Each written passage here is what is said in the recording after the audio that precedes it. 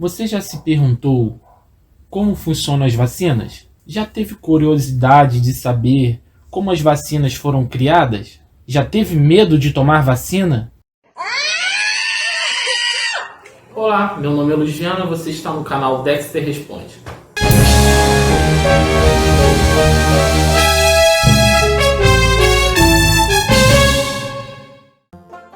História das vacinas.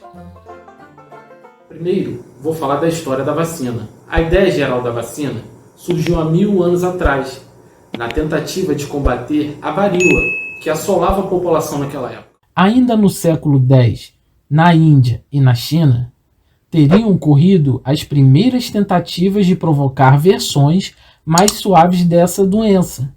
Os métodos eram bem diferentes que a gente conhece hoje como vacina, e bem bizarros também. Num dos métodos, eles pegavam as casquinhas das feridas quase secas, provocadas pela varíola, chamada de pústulas, e esmagavam até virar um pó, que era inalado pela pessoa que queria se proteger. Muito nojento, não é? E não para por aí, hein? O outro método assustador, chamado de variolação, consistia em cortar a mão ou o braço da pessoa saudável que queria se vacinar e colocar ali um emplastro, tipo um curativo que eles molhavam na secreção da ferida da varíola, na tal da pústula. Se tudo desse certo, essa nojeira toda provocava no vacinado uma forma mais branda da doença, fazendo que o corpo criasse anticorpos contra a forma mais pesada e perigosa da varíola. O método da variolação era, obviamente, muito mais perigoso que a vacinação atual, já que podiam causar infecções fatais em 3 a cada 100 pessoas. Mas apesar de tudo, era mais seguro que contrair a doença, que matava 2 a cada 10 contaminados, tanto que a variolação foi usada no mundo todo até o final do século XVIII. Realmente, era muito melhor enfrentar essa nojeira toda que correr o risco de morrer de varíola, né? E você sabia que já naquela época surgiram as primeiras fake news sobre vacinação? Só que não tinha WhatsApp ou Facebook, né? É que muitas pessoas começaram a usar o método da variolação para imunizar toda a família. Até que o filho do diplomata americano Benjamin Franklin, de apenas 4 anos, faleceu de varíola.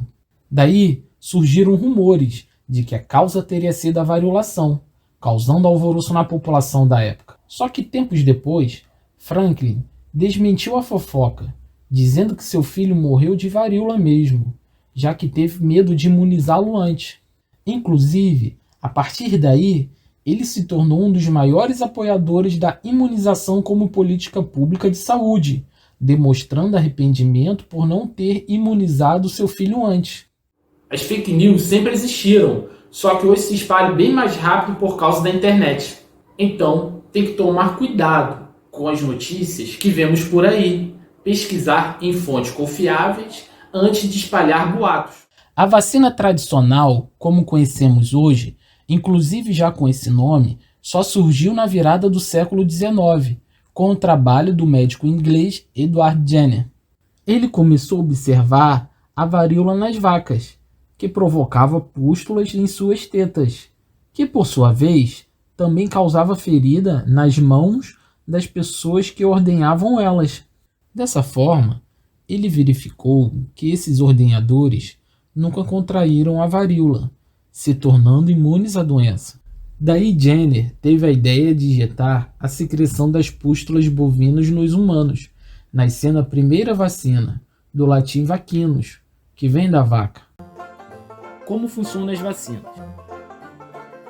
Depois de um tempo, esse processo de retirar as secreções das pústulas das vacas infectadas e implementá-las em humanos passou a ser ineficaz para o tamanho de quantidade de gente a ser vacinada, porque seriam necessários muitos bovinos inteiros para toda a população.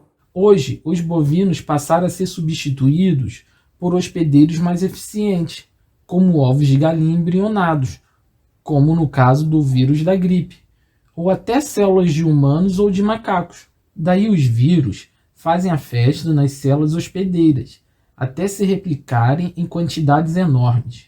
Depois são filtrados, purificados e concentrados, até sofrerem algumas alterações químicas e biológicas e serem implantados mortos ou atenuados na nossa corrente sanguínea, no processo da vacinação.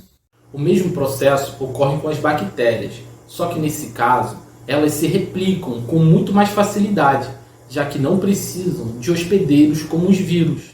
Resumindo, a vacina nada mais é do que a inserção do vírus ou bactérias atenuados ou mortos no nosso corpo, o que faz com que o nosso organismo entre em ação criando anticorpos contra a doença. Assim, quando a gente entrar em contato com o vírus ou bactéria vivos, nosso organismo já estará preparado para combater a doença. Por isso que muitas vezes, quando nos vacinamos, podemos ter alguns sintomas da doença, como no caso da vacina da gripe H1N1, que muitos até têm medo de tomar, alegando que ficam gripados após a imunização. De qualquer forma, se vacinar é muito importante, porque além de evitar a nossa própria contaminação, evita a transmissão das doenças, como no caso do coronavírus, que se propaga com muita facilidade.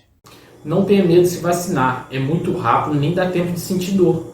Além disso, a vacinação em massa é a única forma de acabar com a proliferação da Covid e evitar o surgimento de mais variantes. Estando vacinados, nosso organismo já vai conhecer o vírus quando entrarmos em contato com ele e evitar que a gente pegue a forma mais pesada da doença.